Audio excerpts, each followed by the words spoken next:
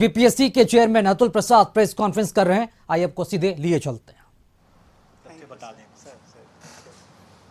जैसा आप सब अवगत हैं कि प्रथम चरण की परीक्षा समाप्त हो गई और उसका परीक्षा फल भी घोषित कर दिया गया है और उसके आधार पर चयन पत्र भी जिलों में राज्य स्तर पर भी दिया गया है। अब हम लोग द्वितीय चरण के शिक्षक नियुक्ति प्रतियोगिता परीक्षा की तैयारी शुरू कर दिए हैं और उसका नोटिफिकेशन आज ही जारी होगा और उसका डिटेल्स में बता देता हूं कि इसमें द्वितीय चरण में दो कैटेगरी का शिक्षकों की नियुक्ति होना है। एक तो शिक्षा विभाग द्वारा जो प्राप्त अधियाचना उसके आलोक में नियुक्ति होगी और दूसरा है कि पिछड़ा वर्ग एवं अति पिछड़ा वर्ग कल्याण विभाग से भी वैकेंसी प्राप्त हुई है शिक्षकों की नियुक्ति के लिए, उसको भी इसमें ऐड कर दिया गया है। क्योंकि दोनों सेम नेचर का एग्जामिनेशन पैटर्न है, इसलिए एक ही वैकेंसी के साथ दोनों को ऐड किया हुआ है, एक ही नोटिफिकेशन है। तो सबसे पहले मैं बता देता हूँ, शिक्षा विभाग द्वारा जो अधियाचना प्राप्त हुई है उस मध्य विद्यालय के लिए जो 6 से 8 तक के लिए विद्यालय अध्यापक की नियुक्ति होगी, उसकी कुल संख्या है 16,140। दूसरा है माध्यमिक विद्यालय 9-10 के लिए विद्यालय अध्यापकों के लिए कुल पद है 18,877। माध्यमिक विद्यालय वर्ग 9-10 के विशेष विद्यालय अध्यापकों के लिए, विशेष विद्यालय अध्यापकों के लिए उसकी कुल संख्या है 270। उच्च माध्यमिक वर्ग 11-12 तक के विद्यालय अध्यापकों के लिए कुल पद है 18,577। ये द्वितीय चरण में इतनी वैकेंसी प्राप्त है। इसी तरह पिछड़ा वर्ग एवं अति पिछड़ा वर्ग कल्याण विभाग के अंतर्गत जो वैकेंसी प्राप्त हुई है उसमें प्रारंभिक शिक्षक प्रशिक्षित होंगे 6 से 8 तक के लिए, उसमें कुल पदों की संख्या है 234। माध्यमिक शिक्षक स्नातक प्रशिक्षित टीजीटी जिसको कहते हैं 9-10 के लिए उसकी कुल संख्या है 248। उच्च माध्यमिक स्नातकोत्तर पीजीटी जो पोस्ट ग्रेजुएट टीचर होते हैं 11-12 के लिए उनकी संख्या कुल है 403 और प्रधानाध्यापकों के लिए भी पद प्राप्त हुआ है 31। इसकी परीक्षा एक साथ होगी अलग अलग कैटेगरी में। परीक्षा का जो पैटर्न है, जो उसका सिलेबस, तो डिटेल्स हम लोग वैकेंसी में डाल देंगे, नोटिफिकेशन में सारा डिटेल्स रहेगा कि किस स्तर का होगा, कौन सा विषय होगा, इस सभी विषयों का उल्लेख किया रहेगा। लेकिन समरी यही है कि परीक्षा जो होगा वो 2.5 घंटे का होगा और एक ही सब्जेक्ट होगा, मतलब एक ही एग्ज़ाम होगा जिसमें भाग 1 में होगा भाषा जो क्वालिफाइंग नेचर का होगा, उसकी संख्या 30 नंबर का 30 सवाल होगा। सामान्य अध्ययन भाग 2 होगा, वो 40 नंबर का होगा और विषय जिस विषय के वो शिक्षक बनेंगे उस विषय से सवाल 80 नंबर का होगा भाग 3 में। तो इसमें सिर्फ यही देखना है कि भाषा, सामान्य अध्ययन और विषय भाग 3 एक ही प्रश्न पत्र एक ही बुकलेट में रहेंगे, लेकिन पहला जो भाषा होगा क्वालिफाइंग नेचर का होगा। क्वालिफाई करने के बाद ही मेरिट लिस्ट बनेगा रेस्ट सब्जेक्ट पर। बहुत इसमें क्लियर कर देना है। पिछले बार जो एग्जाम हुआ था प्रथम चरण में उसमें भाषा की परीक्षा अलग से हुई थी, हालांकि वो भी क्वालिफाइंग नेचर का ही था लेकिन उसका पेपर अलग था। इस बार एक ही बुकलेट में सम्मिलित कर दिया गया और टोटल टाइमिंग पहले 2 घंटा था, इस बार 2.5 घंटा कर दिया गया। ऑनलाइन आवेदन पत्र भरने की जो संबंधित तिथि है, निबंधन एवं भुगतान प्रारंभ करने की तिथि 5/11 से 14/11 कल से शुरू होगा। निबंधन और फॉर्म शुल्क जमा करने की तिथि 5/11 से 14/11, विलम्ब शुल्क के साथ निबंधन एवं भुगतान की अंतिम तिथि 17/11 होगी। 3 दिन और बढ़ा दिए हम लोग नोटिफिकेशन में। ऑनलाइन आवेदन प्रारंभ करने की तिथि 10/11/2023, मतलब ये फॉर्म रजिस्ट्रेशन शुरू होगा लेकिन फॉर्म भरने का जो एक्चुअल होगा वो 10/11 से सिस्टम ऑन हो जाएगा ऑनलाइन। ऑनलाइन आवेदन भरने की अंतिम तिथि है 25/11, लेकिन इसमें ये नोट करना बहुत जरूरी है इस बार का डेट एक्सटेंड नहीं होगा, क्योंकि हम लोग बहुत कम और सीमित समय में एग्जामिनेशन लेकर एग्जामिनेशन क्लियर करना है, रिजल्ट भी निकालना है टाइमली। तो इसीलिए इस बार हम लोगों ने कोशिश किया है कि 25/11 जो टाइम होगा वो उसके बाद एक्सटेंड नहीं करेंगे। जो ही करना है 25/11 के अंदर ही करना है, यही इसका मुख्य बिंदु है। और सर अनुरोध होगा कि डिटेल्स इसमें मैं थोड़ा सा सप्लीमेंट कर देना चाहूँगा। पहली बात कि TRE 1 में जो भी हम लोगों ने अनुभव किया और उसमें जो भी अभ्यर्थियों को भी समस्याएं हुई, उन सब को ध्यान में रखते हुए हम लोगों ने कुछ सुधार कर कुछ परिवर्तन किए हैं। इसमें पहला सुधार तो ये हुआ कि जो परीक्षा 2 दिन हो रही थी पहले, उस परीक्षा को हम लोगों ने एक ही दिन कर दिया ताकि लोगों को अनावश्यक एक दिन नाइट हॉल्ट यहाँ न करना पड़े। काफ़ी लोगों को पिछले बार कठिनाई हुई थी इसके कारण से। तो एक ही दिन की परीक्षा हम लोगों ने बना दिया है, इसीलिए हम लोगों ने वो जो क्वालिफाइंग वाला जो क्वेश्चन है वो घटा करके उसको हम लोगों 30 कर दिया है और 30 इसी में जोड़ दिया है। मतलब अब टोटल क्वेश्चंस हो जाएंगे 150, जिसमें से 30 रहेंगे क्वालिफाइंग नेचर के और वो भाग 1 होगा, भाग 2 होगा वही फिर से 40 और 80 का जैसे पिछले बार था। और इस परिवर्तन से एक और हम लोगों ने परिवर्तन किया है कि 2.5 घंटे की तो खैर परीक्षा होगी, लेकिन जो टाई ब्रेकर जो इस बार हम लोगों ने देखा कि टाई ब्रेकर में हमें कुल प्राप्तांक जब एक समान हो जाते हैं तो टाई ब्रेकर हम लोगों ने डेट ऑफ बर्थ हमारा था और उसके बाद अल्फ़ाबेटिकल ऑर्डर में नाम था। तो इस बार हम लोगों ने इसमें थोड़ा सा परिवर्तन किया है और टाई ब्रेकर इस तरह से रहेगा कि चूँकि भाषा वाला तो 30 नंबर वैसे भी क्वालिफाइंग नेचर का मेधा में नहीं जुट रहा है, इसलिए टोटल फुल मार्क्स तो 120 नंबर ही होंगे जो भाग 2 और भाग 3 को जोड़ करके होगा। उसके बाद जब इसमें जब टाई हो जाएगा तो फिर हम मेन पेपर का जो प्राप्तांक होगा भाग 3 का जो होगा उसका जिसका ज़्यादा होगा उससे हम वो टाई ब्रेकर बनाएंगे और अगर वो भी अगर बराबर हो गया तो फिर दूसरा टाई ब्रेकर फिर बनेगा जो भाषा जो क्वालिफाइंग नेचर का है उसमें जिसको ज़्यादा नंबर आएगा वो सेकंड टाई ब्रेकर पॉइंट बनेगा और उसके बाद फिर तब डेट ऑफ बर्थ और तब फिर अल्फ़ाबेटिकल ऑर्डर में नाम। तो इससे क्या होगा कि मेधा को हम लोग ज़्यादा मतलब तरजीह दे रहे हैं, ज़्यादा प्रायोरिटी दे रहे हैं। इसके अलावा जो क्वालिफाइंग का जो 30% जैसे उसका पास मार्क्स रहेगा वो यथावत रहेगा और विद इन दैट 30 जो है क्वेश्चन जो होगा उसके अंदर 8 क्वेश्चंस जो रहेंगे वो अंग्रेजी के रहेंगे और 22 क्वेश्चन जो रहेंगे वो हिंदी के रहेंगे। ये पहले वाले उसी 30 क्वेश्चन में 8 क्वेश्चन जो रहेंगे वो अंग्रेजी के रहेंगे और 22 क्वेश्चन जो रहेंगे वो हिंदी के रहेंगे। टोटल 30 का रहेगा, लेकिन और 9 नंबर उसमें क्वालिफाइंग रहेगा उसका। उसके अलावा जो जीएस का और जो फिर मेन पेपर का जो 40 और 80 क्वेश्चन रहेंगे 120 वो पूर्वत मतलब पिछले बार की तरह ही टोटल पर जो जीएडी का जो मापदंड है क्वालिफाइंग कट ऑफ का वो वही रहेगा। सिलेबस का जो लॉजिक है वो वही लॉजिक इस बार भी रहेगा, मतलब कि जो एनसीईआरटी का जो पाठ्यक्रम है जो बच्चों को जो पढ़ाया जाता है वही पैटर्न रहेगा वही, लेकिन स्टैंडर्ड ऑफ कोर्स उससे ज़्यादा रहेगा। स्टैंडर्ड वही रहेगा जो उनकी एलिजिबिलिटी में जो उनका रिक्वायरमेंट है, जैसे ग्रेजुएशन है तो ग्रेजुएशन लेवल चला जाएगा, अगर पोस्ट ग्रेजुएशन तो पोस्ट ग्रेजुएशन लेवल चला जाएगा। इस बार जो हम लोग नया जो एक हो रहा है वो मिडिल स्कूल का हो रहा है, तो वो एक नया एडिशन है। इसके अलावा जो टोटल जो वैकेंसी हो रही है उसमें संभव है कि जो टीआरई 1 के जो अवशेष रिक्तियां हैं उन रिक्तियों को इसमें जोड़ा जाएगा। लेकिन इसको थोड़ा सा ये कंफ्यूज ना करें कि टीआरई 1 के जो अवशेष रिक्तियां वही हैं जिसमें कि नियुक्ति संभव ही नहीं है, लेकिन जो डॉक्यूमेंट वेरिफिकेशन के दौरान जो रिक्ति उत्पन्न होगी, जो ड्रॉप आउट्स होंगे या डॉक्यूमेंट वेरिफिकेशन में जो असफल होंगे उससे जो उत्पन्न होगी जो रिक्ति, उस रिक्ति को पहले हम सप्लीमेंट्री रिजल्ट से ही पूरा करेंगे और अगर नहीं कैंडिडेट मिलेगा तभी वो रिक्ति जो है वो राउंड 2 में जाएगा, मतलब टीआरई 2 में तभी जाएगा।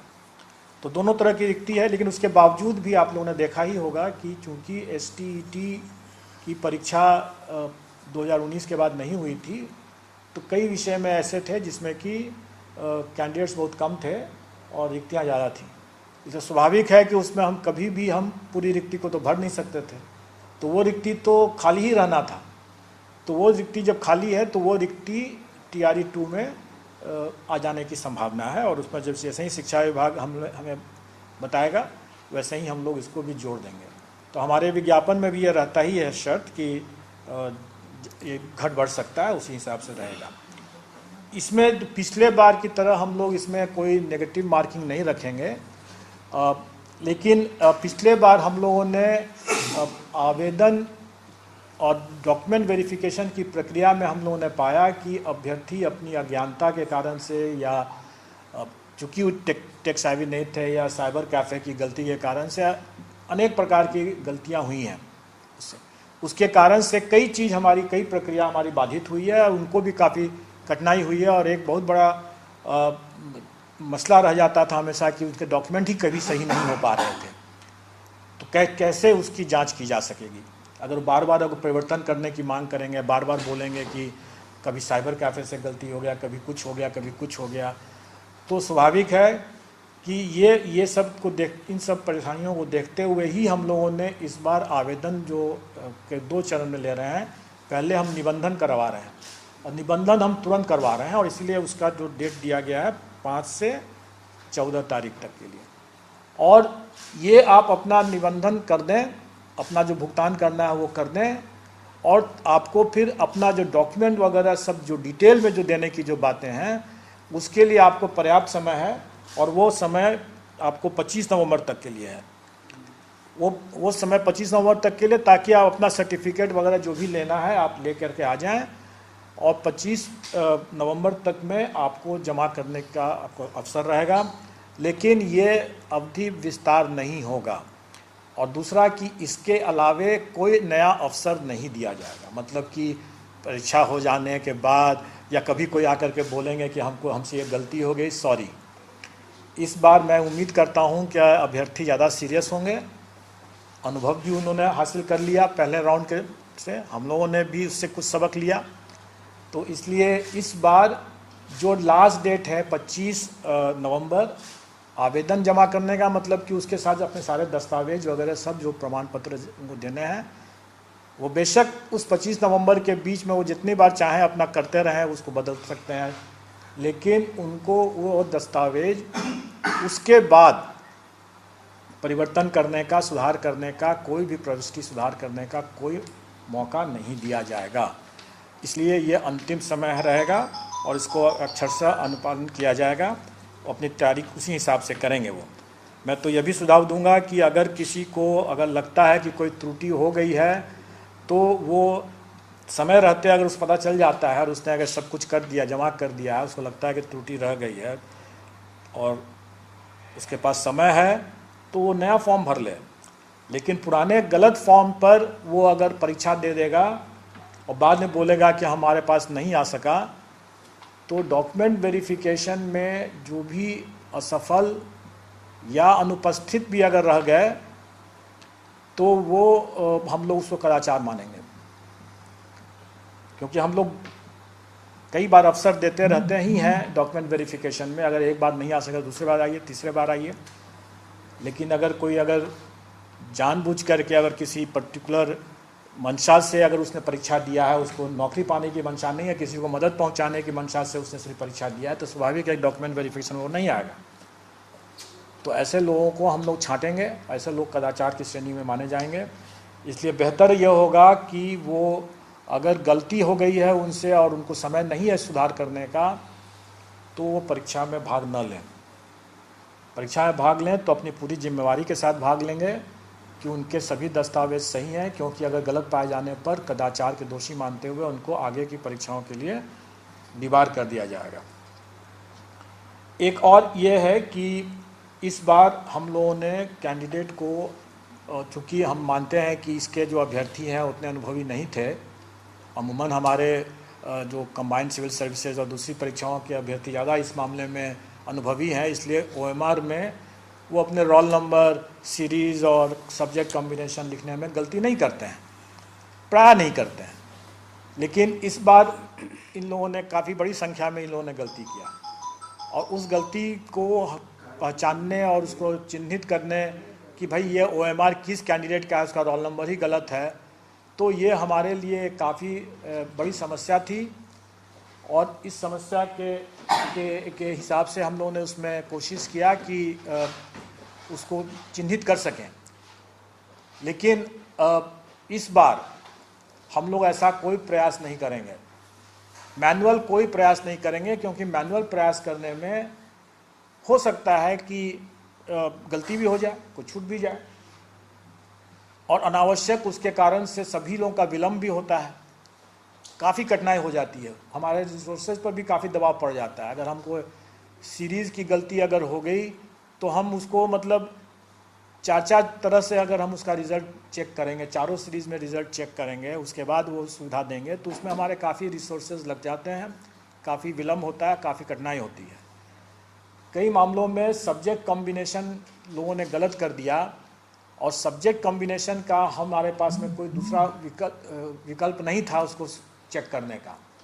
तो कई लोग का हो सकता है कि वो सोच रहे हो कि हमने इस सब्जेक्ट कॉम्बिनेशन से एग्ज़ाम दिया और हमको ज़्यादा नंबर आ रहा है अपने आंसर की को देख करके, और उनको हो सकता है कि उसमें काफ़ी कम नंबर आया क्योंकि वो सब्जेक्ट कॉम्बिनेशन गलत कर बैठे हों। मैंने भी कुछ लोगों का देखा, आप लोग के चैनल के माध्यम से देखा कि कुछ लोग अपना दिखा रहे हैं कि मुझे हाई स्कूल में तो हमें अच्छा 50-60 नंबर आ गए और हायर सेकेंडरी वाले में मात्र 19 ही नंबर आ गए। तो अब अगर कोई सब्जेक्ट कॉम्बिनेशन के और इस तरह की कोई गलती कर देता है तो स्वाभाविक है कि उसको नंबर तो बहुत ख़राब आ जाएगा फिर, और सब्जेक्ट कॉम्बिनेशन का कोई सुधार हम नहीं कर सकते क्योंकि हम कोई चेक नहीं कर सकते, क्योंकि उसमें सिर्फ गोला बैठाना था, कोई और चीज़ नहीं, लिखना नहीं था। अगर गोला ही गलत बैठा दिया उसमें तो गलत हो गया, उसके बाद और तो कुछ लिखना नहीं था उसमें। तो ऐसी स्थिति में हम लोग, या भाषा में भी इस तरह से लोगों ने गलती किया, भाषा जो गोला बैठाया वो कुछ और है और कुछ दे रहा है कुछ और है। तो इस तरह के गलतियों को हम लोगों ने कहा कि इस बार हमें काफ़ी कठिनाई आई उसको छांटने में, उसको देखने में, चेक करने में। तो इस बार हम उम्मीद करते हैं कि अभ्यर्थी ज़्यादा सतर्क रहेंगे, और मैं पहले से आप लोगों के माध्यम से आगाह करना चाहूँगा कि इस बार हम लोग ऐसा कोई प्रयास नहीं करेंगे चेकिंग करने का। अगर वो सिस्टम अगर उसको नहीं चेक कर रहा है तो नहीं कर रहा है, अगर वो गलत कर रहे हैं तो गलत कर रहे हैं। और इसके लिए हम लोगों ने एक उपाय ये भी सोचा ताकि अभ्यर्थी भी वहाँ पर गलती न करें। हम लोग आवेदन लेते समय ही ये सूचना ले रहे हैं। अगर किसी ने कोई सब्जेक्ट कॉम्बिनेशन आवेदन में दिया है तो स्वाभाविक है कि वो उसी सब्जेक्ट कॉम्बिनेशन की तैयारी करके जाएगा वहाँ पर। अगर कोई भाषा चुना है तो उसी को चुनेगा वो। वहाँ पर हम फिर उसको भरने का अवसर ही नहीं देंगे। अगर उसने आवेदन पत्र में अगर उसने जो भी सब्जेक्ट कॉम्बिनेशन या भाषा चुन लिया वही उसका हो गया। वहाँ पर OMR में, एग्जामिनेशन हॉल में, उसके प्रेशर में वो कई बार गलती कर बैठता है, उसकी नौबत ही नहीं आएगी अगर हम उसको वहाँ पर भरने के लिए देंगे ही नहीं। लेकिन उसको याद रहना चाहिए कि उसने कौन से भाषा या सब्जेक्ट कॉम्बिनेशन के लिए उसने अप्लाई किया है। तो ये सूचना हम लोग उसके एडमिट कार्ड में प्रिंट कर देंगे ताकि वो अगर भूल भी गया हो कि उसने कौन सा सब्जेक्ट कॉम्बिनेशन में दिया है, या एग्जामिनेशन हॉल में जा कर के उसको उस सब्जेक्ट कॉम्बिनेशन से इतर कोई दूसरे सब्जेक्ट कॉम्बिनेशन में सरल क्वेश्चन लगे और वो लालायित हो जाए कि हम वो सरल वाला कर दें, तो ऐसा नहीं कर पाएगा क्योंकि उसमें एडमिट कार्ड में लिखा रहेगा कि आपका ये सब्जेक्ट कॉम्बिनेशन है, और फिर वो उसी में करना ही होगा उसको, क्योंकि हम फिर उसके अलावे हम उसका OMR को जांचेंगे, दूसरे सब्जेक्ट कॉम्बिनेशन से नहीं जांचेंगे। तो ये कुछ परिवर्तन है। अब कुछ बातें और भी हैं जिसको कि TRE 1 में हम लोगों ने पाया कि डॉक्यूमेंट वेरिफिकेशन के दरमियान में, चूँकि ये डॉक्यूमेंट वेरिफिकेशन आयोग डायरेक्टली अपने स्तर से नहीं कर सकता था क्योंकि इतनी बड़ी संख्या थी, इसलिए ये डिसेंट्रलाइज तरीके से होना मजबूरी था। और डिसेंट्रलाइज तरीके से जब हम करते हैं तो नेचुरली उसमें नियंत्रण और अनुश्रवण की कमी रहती है, तो नेचुरली उसमें एक्यूरेसी भी कम रहेगा और वो थोड़ा ज़्यादा ही इनएक्यूरेट हो जाता है अगर प्रशासनिक विभाग के लोग उसमें सम्मिलित नहीं होते हैं। तो उसके कारण से जो हम लोगों ने सुधार किया, अपनी प्रक्रिया में परिवर्तन किया, वाटरमार्क को इंट्रोड्यूस किया और उसमें कई तरह का डिस्क्लेमर भी लगाए। तो हम लोगों ने ये तय करके किया कि हम जो भी परीक्षा फल जो निकालेंगे वो सशर्त निकालेंगे। सशर्त का मतलब ही यह हो गया कि अगर उसमें डॉक्यूमेंट वेरिफिकेशन में अगर कोई गलत पाए जाएंगे तो छंट जाएंगे। इसका मतलब है कि उस परीक्षा फल में स्वाभाविक रूप से हम लोग भी जान रहे हैं, भली भांति जान रहे हैं और आप सब लोग भी जान रहे हैं कि उसमें कुछ ऐसे अभ्यर्थी अवश्य होंगे जो डॉक्यूमेंट वेरिफिकेशन में असफल होंगे। अब इसको परीक्षा फल में घपला कहना, झोल कहना, वो अगर ऐसा कोई अगर इसको समझता है या बोलता है या मानता है, तो मुझे लगता है कि यहाँ उनको आने की ज़रूरत नहीं है, क्योंकि उससे उनका भी समय बर्बाद होगा और मेरा भी समय बर्बाद होगा। ऐसा जो हम लोग खुद ही कह रहे हैं कि ये सशर्त है, तो इसमें घपला को इसको कहना कि ऐसे घपलेबाज अभ्यर्थी शामिल हो गए, ये घपला कहना तो बेबुनियाद है, निराधार है, गलत मंशा है। हम लोग यही प्रक्रिया टीआरई 2 में भी हम लोग करेंगे। मतलब कि टीआरई 2 में हम लोग फिर से सशर्त ही रिजल्ट निकालेंगे और डॉक्यूमेंट वेरिफिकेशन के स्तर पर ही हम लोग ऐसे अभ्यर्थियों को छांटेंगे जो घपलेबाज हैं।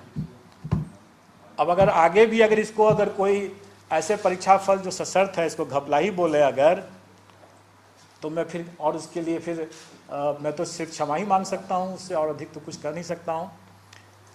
तो हम लोग का यही कार्रवाई रहेगा, ऐसे ही कार्रवाई रहेगा। लेकिन इसमें एक चीज़ मैं और आपको बता दूं कि जो हम लोगों ने बायोमेट्रिक का और फेशियल रिकॉग्निशन सिस्टम जो हम लोगों ने इस्तेमाल किया, वो इस्तेमाल अब हम लोग परीक्षा के साथ साथ परीक्षा के बाद भी हम लोग उसका इस्तेमाल शुरू कर चुके हैं। और आप लोगों ने देखा होगा कि कई ऐसे जो गलत आरोप लगाने वाले लोग जो हैं, जो अपनी नासमझी से गलत आरोप लगा रहे हैं, उनको भी हम लोगों ने फेशियल रिकॉग्निशन सिस्टम का उपयोग करके पहचान लिया कि उनका कौन सा रोल नंबर है, उनका रजिस्ट्रेशन नंबर क्या, उनका क्या फ़ोटो दिया गया वगैरह वगैरह। और इस पर हम लोग काफ़ी गंभीरता से उन पर हम लोग कार्रवाई भी करेंगे, क्योंकि हमारे नोटिस में बहुत पहले से भी निकला हुआ है कि कोई जो इस तरह का बेबुनियाद अगर कोई कराते हैं, अफवाह फैलाते हैं, बेबुनियाद आरोप लगाते हैं, वो बेशक वो अगर उनके पास में सटीक सबूत है तो दें, और हम लोग अपने पोर्टल के माध्यम से उनका आमंत्रित भी कर रहे हैं। और अभी तक तो हमारे पास बड़ी संख्या में तो आया नहीं है, और ज़्यादातर लोगों की जो आया भी है उसमें हम लोग पा रहे हैं कि उनकी ही गलती है।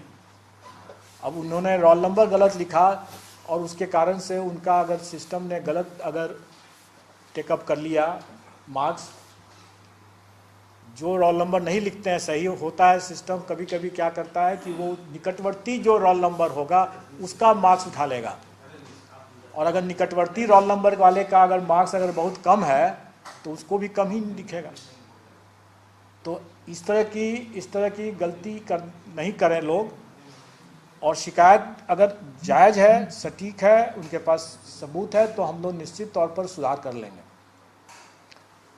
मैं एक और उदाहरण देता हूँ कि हम लोगों ने इस बार जो रिज़ल्ट बनाया उसमें कई आरक्षित श्रेणी में NA लिखा हुआ था, नॉट अवेलेबल।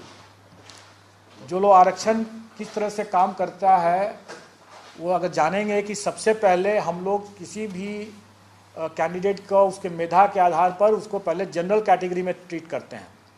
अगर जनरल कैटेगरी में अगर वो अपने मेरिट से आ जाता है तो उसको हम जनरल मानते हैं। अगर मान लें कि अगर कोई शेड्यूल कास्ट कोई रिजर्व कैटेगरी आरक्षित श्रेणी के कोई अभ्यर्थी अगर अपने मेधा से ही जनरल कैटेगरी में आ गए और उसके बाद आरक्षित श्रेणी का कोई कैंडिडेट बचा ही नहीं, तो हम उसका रिजल्ट आरक्षित श्रेणी में नहीं देंगे, क्योंकि अपने मेधा से वो जनरल कैटेगरी में आ चुका है।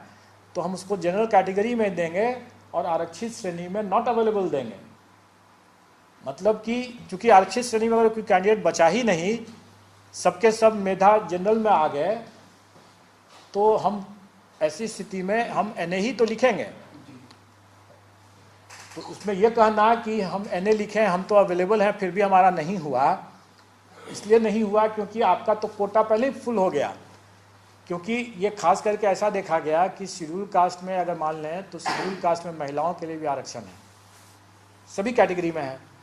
तो अगर शेड्यूल कास्ट की महिला अगर पुरुषों के बराबर अगर उनका अगर मेधा है तो वो शेड्यूल कास्ट में माना जाएगा, वो शेड्यूल कास्ट महिला में नहीं उनको बुक करेंगे। और अगर शेड्यूल कास्ट में अगर उनको बुक करके अगर महिला का कोटा पूरा हो गया तो शेड्यूल कास्ट महिला में नॉट अवेलेबल हो जाएगा, क्योंकि कोई कैंडिडेट बचा ही नहीं लेने के लिए। वहाँ पर जितनी महिलाओं को लेना था वो सबके सब शेड्यूल कास्ट में आ ही गई। अगर हमको 50% लेना है तो 50 अगर शेड्यूल कास्ट में आ गई तो फिर अलग से महिलाओं को लेने का नहीं बनता है, और इसीलिए उसमें NA लिखाएगा। तो ऐसे लोग नहीं समझ करके उसको शिकायत करने लगे तो उन पर, उनकी नासमझी के लिए तो उन पर कार्रवाई तो होगी ही होगी।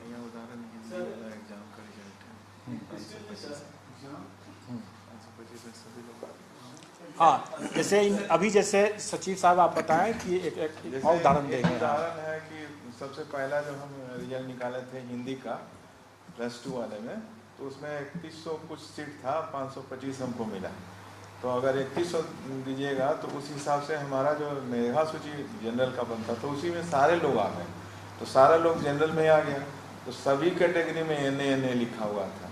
आप लोग इस उदाहरण से भी समझ सकते हैं।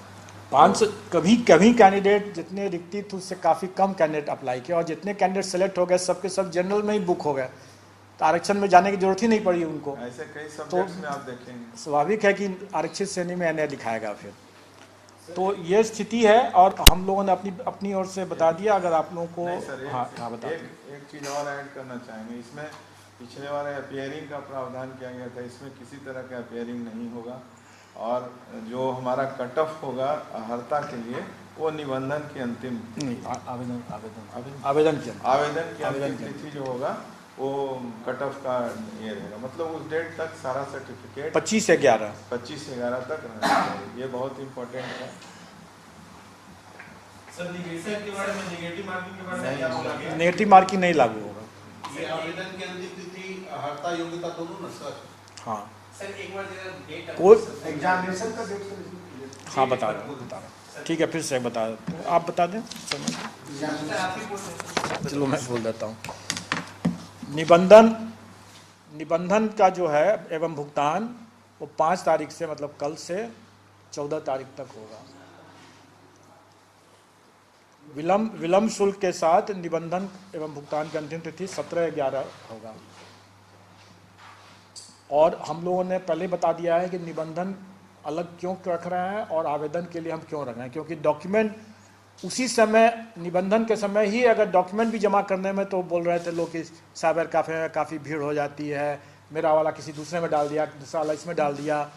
तो इसीलिए हम लोगों ने निबंधन पहले करवा रहे हैं, पेमेंट करवा रहे हैं, और उसके बाद उनको एक्स्ट्रा टाइम दे रहे हैं कि भाई आप अपना डॉक्यूमेंट जो भी लाना है अपना ले आइए 25 तक। उसके बाद 10 तारीख से 25 तारीख के बीच में वो अपना डॉक्यूमेंट सब जमा कर सकते हैं आवेदन के साथ। और चूंकि डॉक्यूमेंट जमा करने के लिए हम लोग बाद का समय दे रहे हैं 10 से 25 तक, इसलिए वो डॉक्यूमेंट 25 तक ला सकते हैं, जमा कर सकते हैं। इसलिए कट ऑफ तिथि 25 तक हुआ, और इसके बाद कोई डेट नहीं बढ़ेगा। 25 का डेट फाइनल है।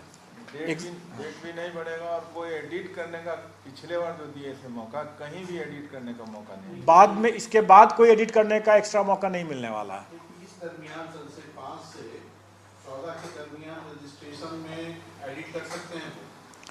देखिए 5 से 14 के बीच में जो हमारा जो स्टैंडर्ड प्रैक्टिस होता है 3 या 4 बार का है, उतना भर तो कर सकते हैं वो, लेकिन उस स्टैंडर्ड प्रैक्टिस जितना हमारा प्रोटोकॉल है उसके अतिरिक्त नहीं होगा।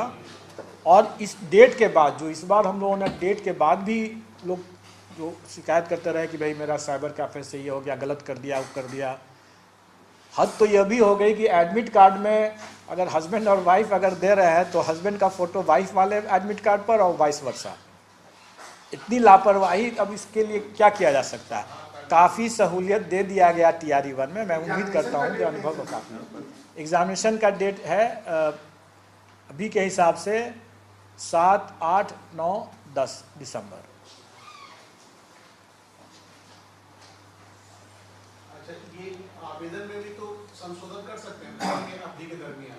उस अवधि के दरमियान जो हमारा जो प्रोटोकॉल है, जिसमें हम लोग 3 या 4 बार देते हैं, एक बार सबमिट कर दिए तो फिर किसी तरह का एडिट नहीं होगा। और अगर आपको लगता है कि गलत हुआ है या गलती हो गई है तो पुनः रजिस्ट्रेशन करें। अच्छा, तो पुनः रजिस्ट्रेशन करके और नया आवेदन फॉर्म भरें।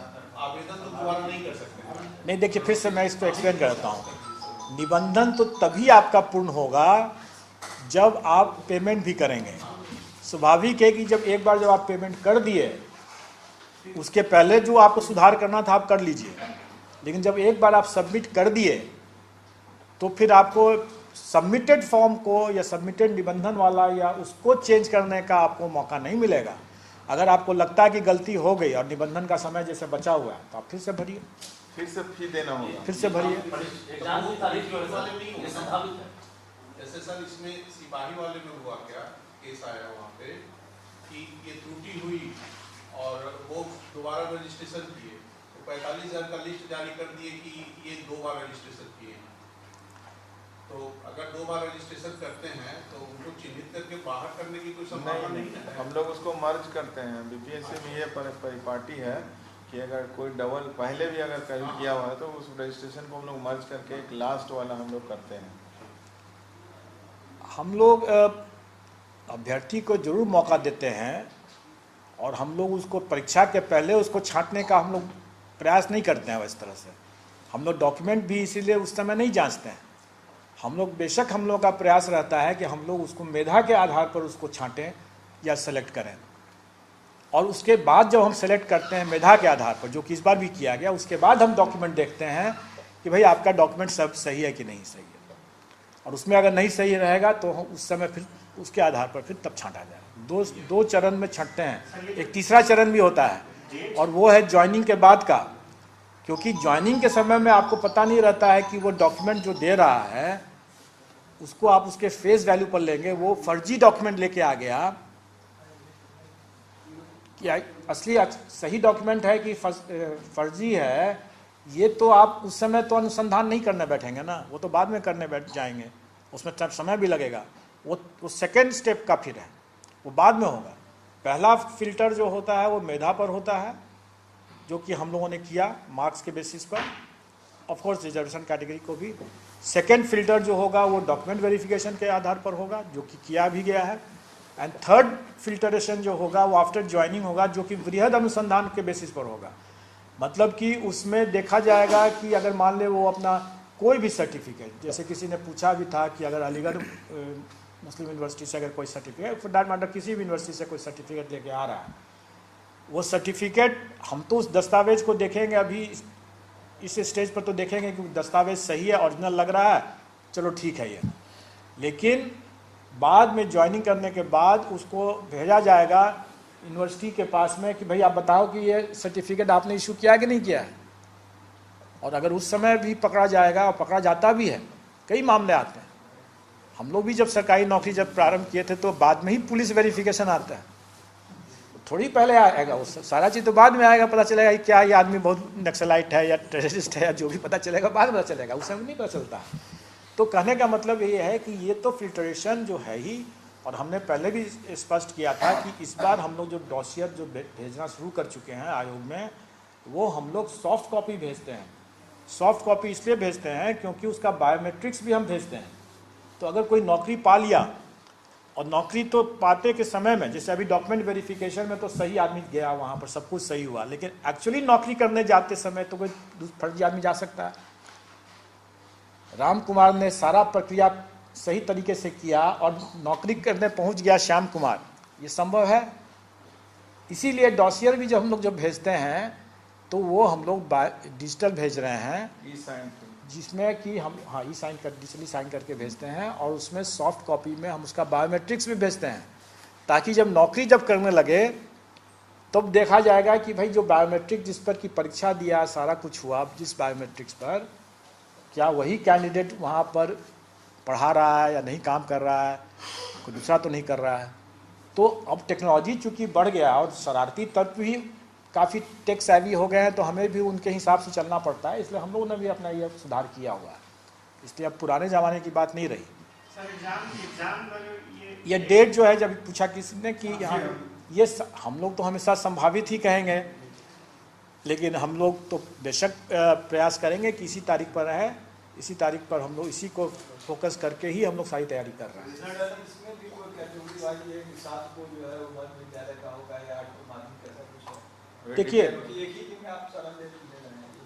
देखिए एक ही दिन में लेने की बात यह हुई कि पिछले बार हम लोगों ने भाषा की परीक्षा को दूसरे दिन लिया था।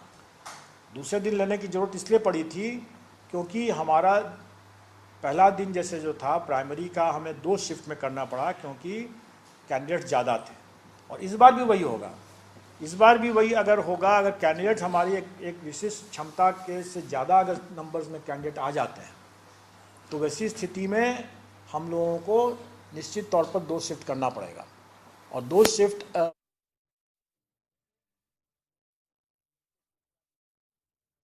बड़ी खबर बिहार से, शिक्षक बहाली के दूसरे फेज का ऐलान हुआ है। कक्षा 6 से 8 के लिए 16,140 पद होंगे। आपको बता दें कि कक्षा 9 से 10 के लिए 18,877, कक्षा 11वीं और 12वीं के लिए 18,577 पद, और परीक्षा में नेगेटिव मार्किंग नहीं होगी।